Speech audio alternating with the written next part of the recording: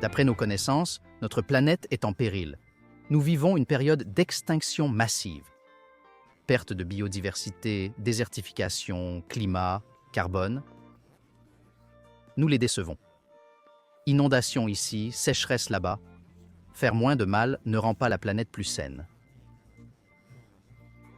Répéter les mêmes actions en espérant un changement est de la folie. Le problème est notre façon de le formuler. La pensée réductionniste, grand exploit scientifique du XXe siècle. On catégorise pour comprendre. Nous saisissons la cause et l'effet. L'impact des espèces clés sur l'écosystème. Cette pensée a mené à la révolution verte et l'ingénierie alimentaire. La santé publique se dégrade de plus en plus. Notre microbiote intestinal souffre. En prenant du recul, on voit les liens entre systèmes biotiques et abiotiques. Mais observer tout simultanément crée une complexité qui dépassait même nos superordinateurs les plus puissants. Que faire alors? En 1666, Anthony van Leeuwen, jouant avec des lentilles, inventa le premier microscope. Il découvrit le monde de la microbiologie, ce qui changea tout. Car changer notre façon de voir les choses change l'apparence des choses. Je vous invite à passer d'une vue microscopique à une vision holistique. Il y a bien longtemps, la vie végétale émergea des océans pour conquérir la Terre. Sans racines au début, elle créa une symbiose avec les champignons mycorhiziens pour se nourrir. Les plantes, par leur photosynthèse, parlent le langage des glucides. Elles apportent un soleil liquide sous terre. Ce sont les plantes qui ont transformé notre atmosphère, passant de 90% de carbone au mélange actuel.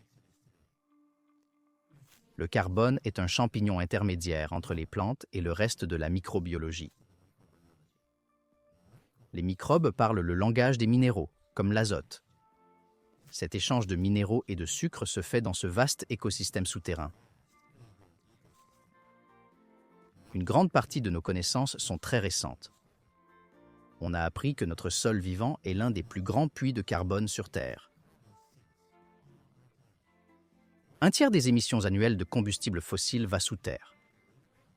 Non seulement utile, c'est même crucial pour la santé du sol.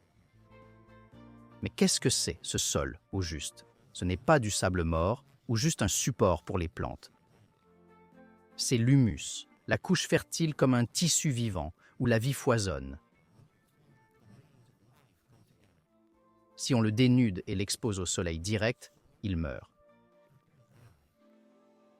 Le sol a de nombreux noms dans diverses langues. Humus partage la racine du mot avec humain. Être humain, c'est être de la terre. Ce qu'émet ou pacha vivant est vital pour toutes les sociétés humaines. Comme tout être vivant, le sol a besoin d'eau. Vous vous rappelez du grand cycle de l'eau? Plus intéressant, en fait, c'est le petit cycle de l'eau. Les plantes expirent de l'eau, visible comme rosée et brume matinale dans les champs. Cette eau est ensuite réabsorbée par le sol. L'eau circule ainsi des dizaines de fois avant de quitter une zone. Un effet incroyable récemment découvert est l'interaction dans l'atmosphère juste au-dessus. Les plantes attirent en réalité la pluie. Le croissant fertile est maintenant une zone désertique en Syrie, non pas parce que la pluie a cessé de tomber. C'est dû aux pratiques agricoles qui ont supprimé la couverture végétale. Sans petit cycle de l'eau, pas de rétention d'humidité, c'est le désert, tout comme le désert du Sahara, comme le futur état de la plupart de nos champs agricoles. C'est pourquoi tant de personnes sont déjà déplacées dans le monde. Avec la nouvelle lune viennent de nouveaux départs, car il y a quelque chose que nous pouvons faire. 90% des catastrophes naturelles sont liées à l'eau. Inondations, sécheresse et gelées tardives sont dues au manque de zones tampons. Concevez votre terrain pour gérer l'écoulement de l'eau dans les champs. Ralentissez l'eau qui court, faites ramper celle qui marche et dormir celle qui rampe. Cela restaure l'aquifère. Par une gestion holistique et un pâturage intelligent, on peut restaurer le sol vivant en éponge, source de vie. C'est l'agriculture régénératrice. Même nos océans en profiteront. Un sol sain évite intrants et toxines. Donc, pas de ruissellement ni zone morte. Le sol couvert ne s'érode pas, évitant l'étouffement de la vie marine. Alors, par où commencer? On cartographie des images satellites avec des données pour aller du continent à la zone locale. Grâce à l'IA, on peut gérer la complexité des systèmes en interaction.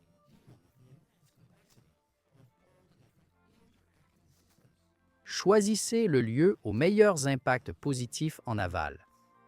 Puis, on apprend aux agriculteurs à imiter la nature. L'agriculture est un grand problème et une grande solution.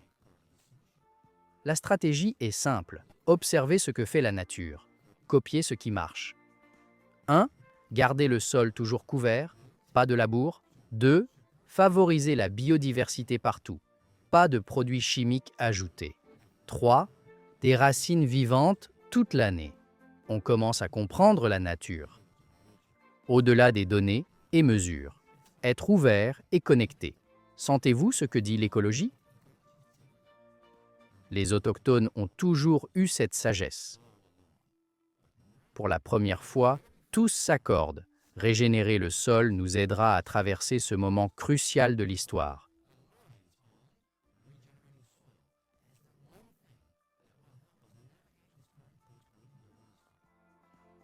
Rejoignez-nous pour réensauvager le sol. Imaginez un récif corallien vibrant. Puis, des ancres le déchirent brutalement. Le labour fait ça sous terre. Créez plutôt les conditions de vie. Invitez et soutenez la biodiversité. Faites un foyer, la nourriture viendra. Votre sol est-il comme un gâteau? Alors, vous êtes sur la bonne voie. Travailler la terre, c'est plus qu'un métier. En tant que gardien, on sait que toute vie est sacrée. On crée l'abondance pour tous, aujourd'hui et demain. Intégrons ces valeurs dans notre agriculture. Pourquoi des engrais chimiques pour cultiver? L'azote et le carbone nous entourent, en fait. La biologie les mettra en terre gratuitement. La nature n'attend que de collaborer avec nous. Votre ferme résistera mieux aux aléas.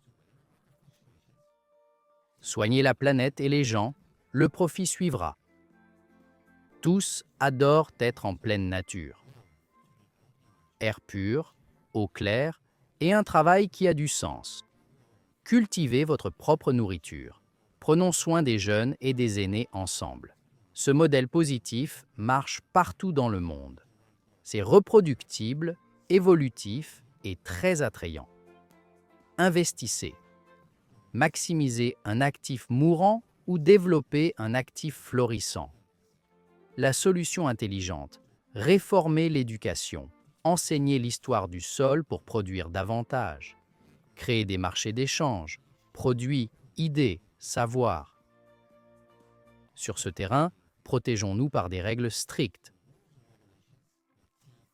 Ça crée la confiance et valorise les marchés écologiques. Sol sain égale aliments sains, nutritifs, moins toxiques. Résultat, une flore intestinale en bonne santé. Moins de maladies, car la nourriture est un remède. C'est le meilleur aspect. On peut manger pour redonner vie à notre planète. Plus de vidéos ONU sur www.1.org.